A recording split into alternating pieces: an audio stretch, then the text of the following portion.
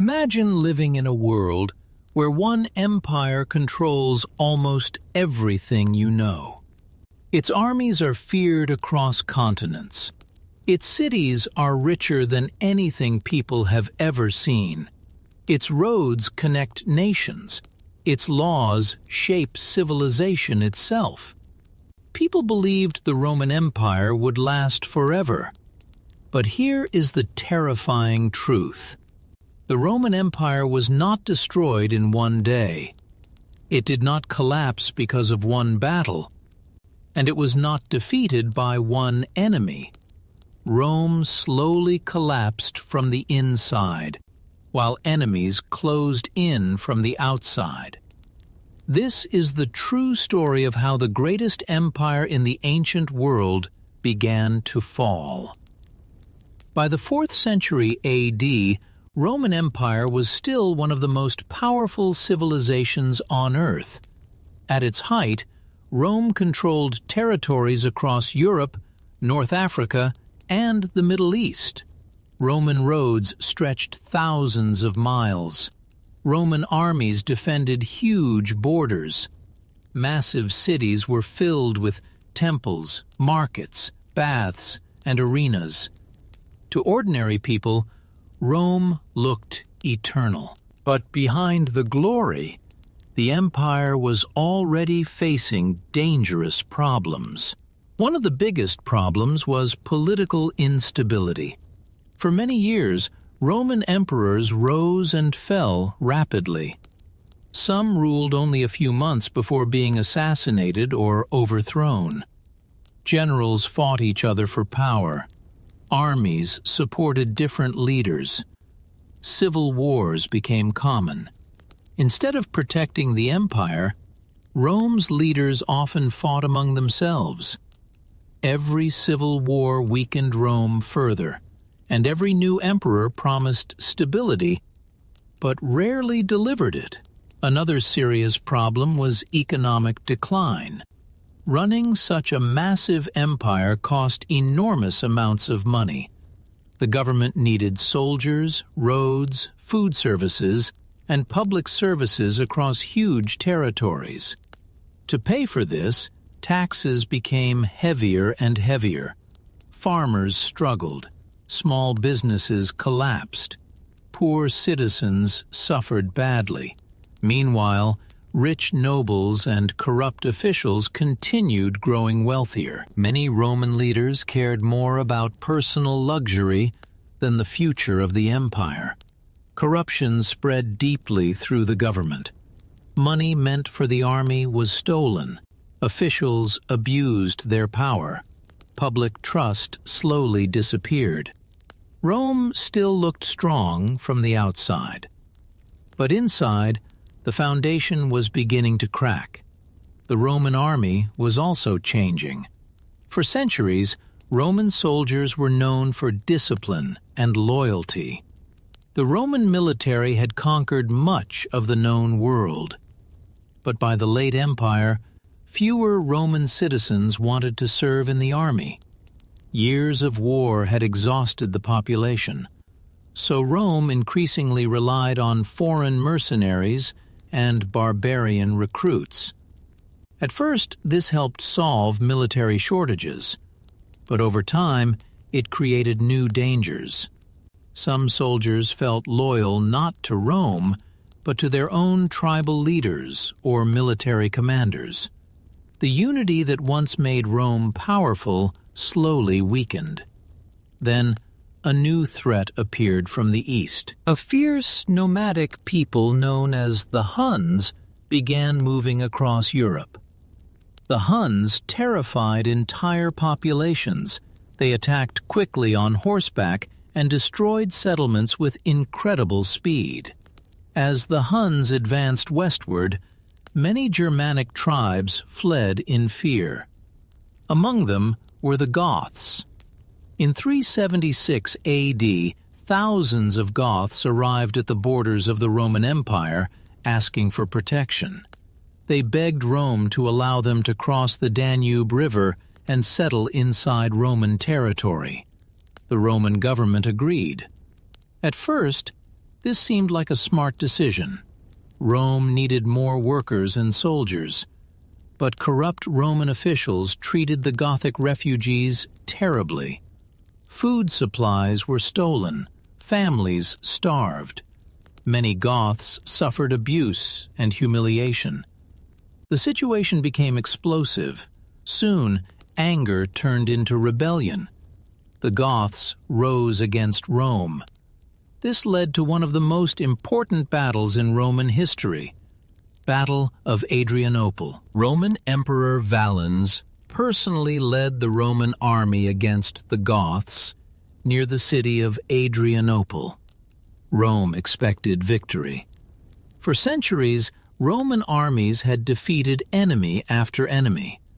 But this time was different. The Gothic forces destroyed much of the Roman army. Thousands of Roman soldiers were killed. Even Emperor Valens himself died during the battle. The defeat shocked the empire. Many historians consider Adrianople the beginning of Rome's final decline. For the first time in centuries, Rome looked vulnerable.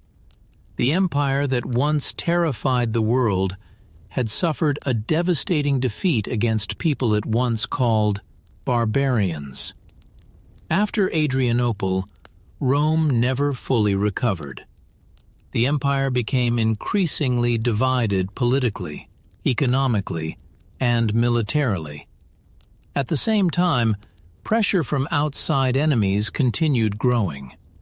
Barbarian groups crossed Roman borders more frequently. Internal corruption worsened. Economic problems deepened. And then another major event changed history forever. In 395 AD, Emperor Theodosius I died. After his death, the Roman Empire was permanently divided into two separate parts: the Western Roman Empire, the Eastern Roman Empire. The Eastern Empire, centered in Constantinople, remained rich and powerful. But the Western Empire became weaker year after year. Its government struggled, its economy weakened, its military lost strength, and enemies were getting closer.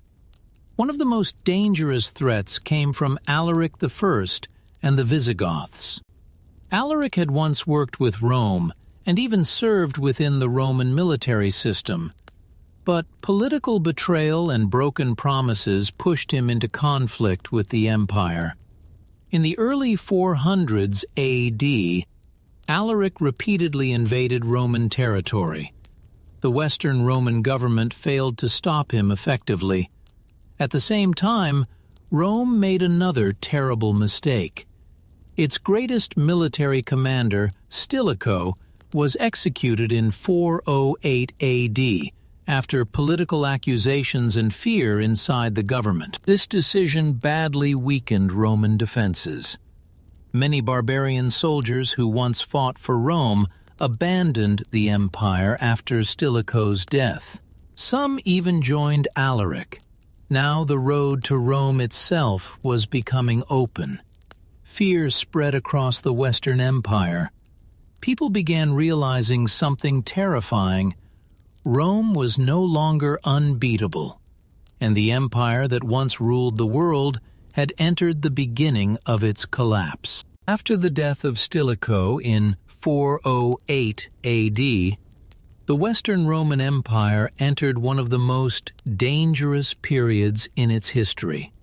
For years, Stilicho had been Rome's strongest military defender. He understood the barbarian threats. He knew how weak the Western Empire had become. And despite political problems, he managed to protect Italy from complete disaster.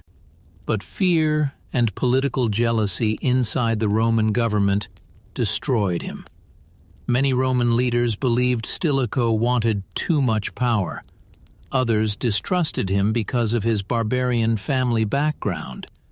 Instead of uniting against outside enemies, Roman politicians turned against each other once again. Stilicho was arrested and executed. It was one of the worst decisions Rome could have made. After his death, thousands of barbarian soldiers who had served Rome abandoned the empire. Many joined the Visigoth king Alaric I. Now Alaric became even stronger, and the Western Roman Empire became even weaker. At this time, Emperor Honorius ruled the Western Empire, but many Romans viewed him as weak and ineffective. Instead of ruling from the city of Rome itself, Honorius stayed in Ravenna, a heavily defended city surrounded by marshes in northern Italy. Ravenna was safer, but many people believed the emperor had abandoned Rome during its time of crisis. Meanwhile, Alaric marched deeper into Italy. His army moved closer and closer to Rome. Fear spread everywhere. For centuries, Rome had symbolized power and civilization. People believed the eternal city could never truly fall. But now, barbarian armies threatened the heart of the empire itself. In 408 AD, Alaric surrounded Rome. The city was under siege. No large army came to rescue it.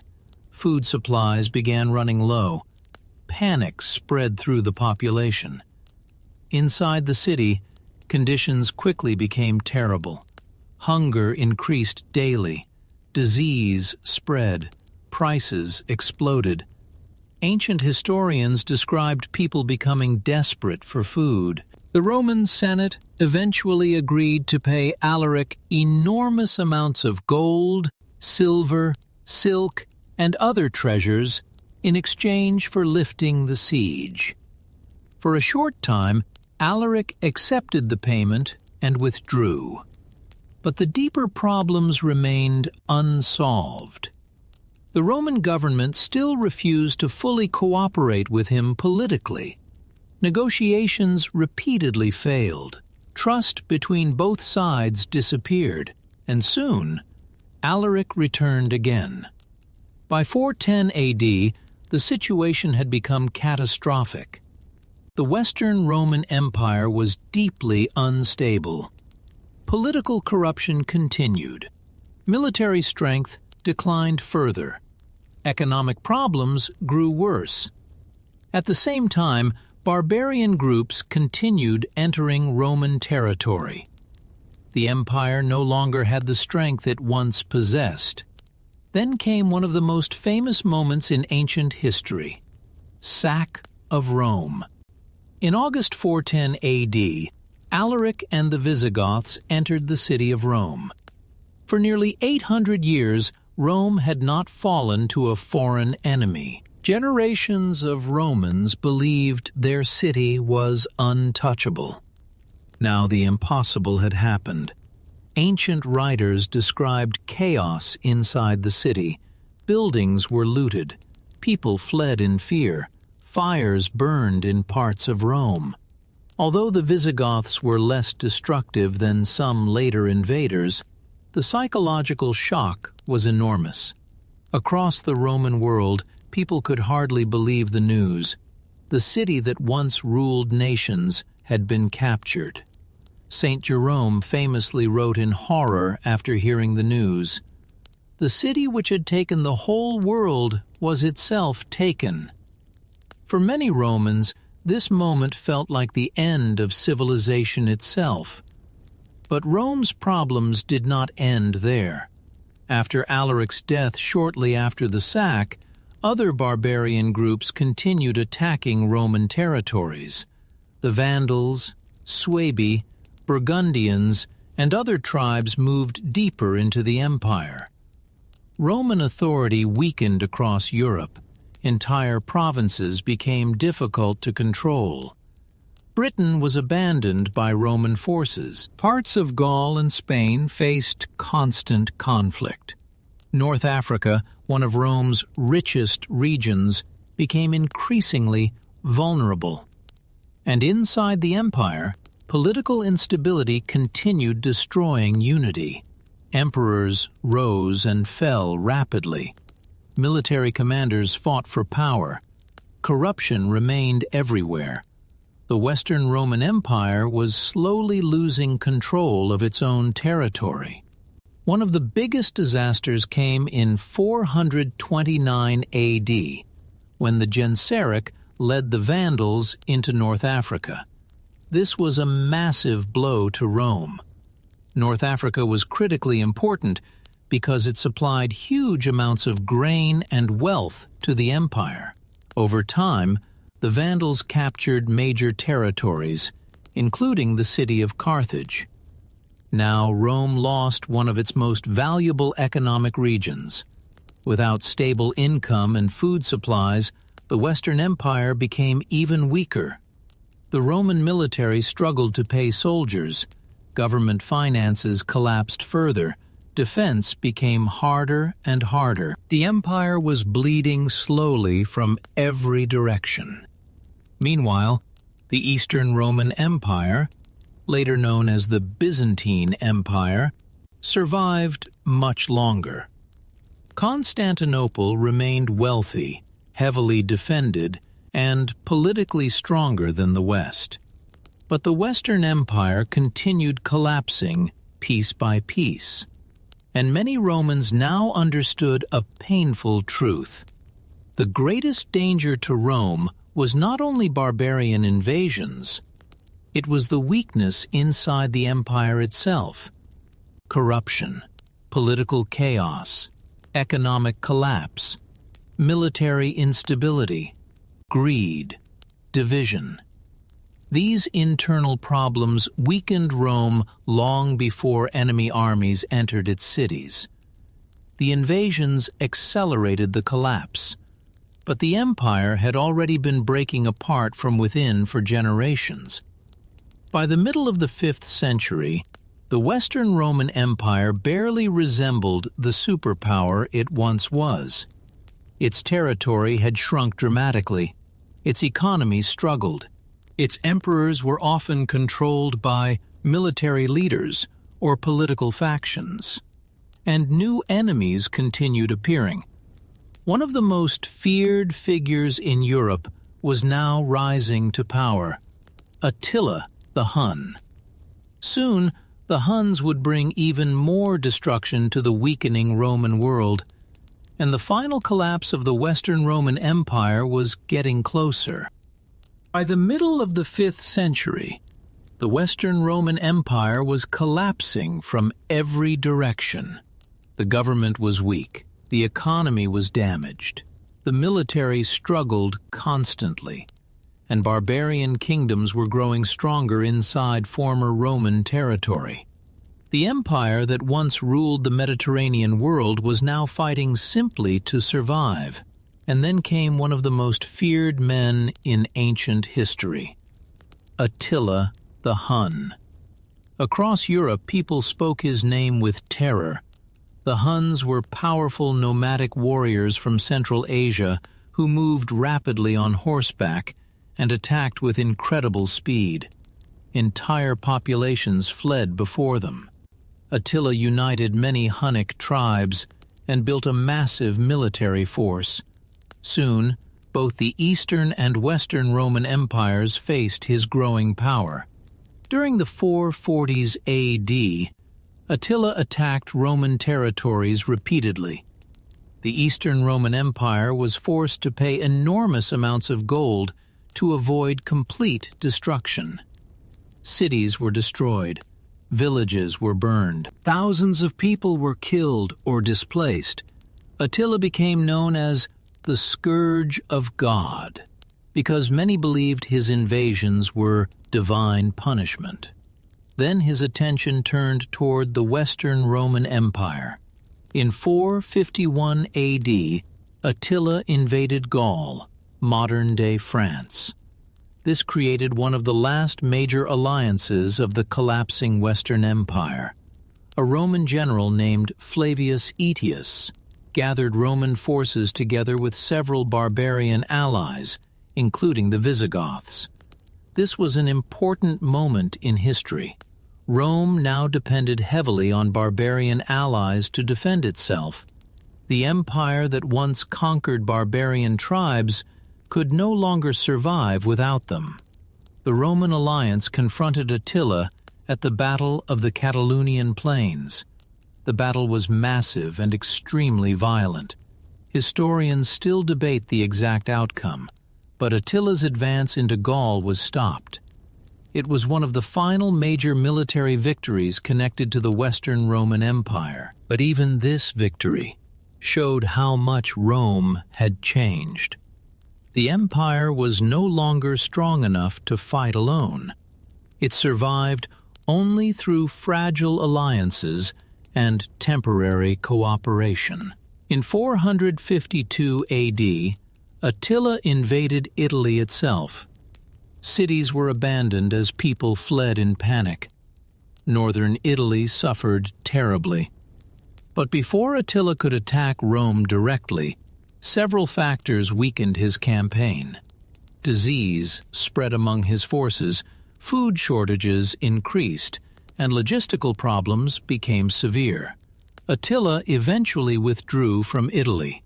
1 year later, in 453 AD, Attila died suddenly. His empire quickly began breaking apart after his death. For a moment, Rome escaped total destruction. But the Western Roman Empire was still dying. Its deeper problems remained unsolved. Political chaos continued dominating the empire. Emperors changed constantly. Power struggles weakened the government further. Military commanders controlled politics behind the scenes. One of the biggest problems was that emperors no longer truly controlled the Western Empire. Real power increasingly belonged to military strongmen and barbarian generals. Meanwhile, Roman territory continued shrinking. Britain had already been abandoned. Large parts of Gaul, Spain, and North Africa were lost. Trade networks weakened badly. Economic decline accelerated.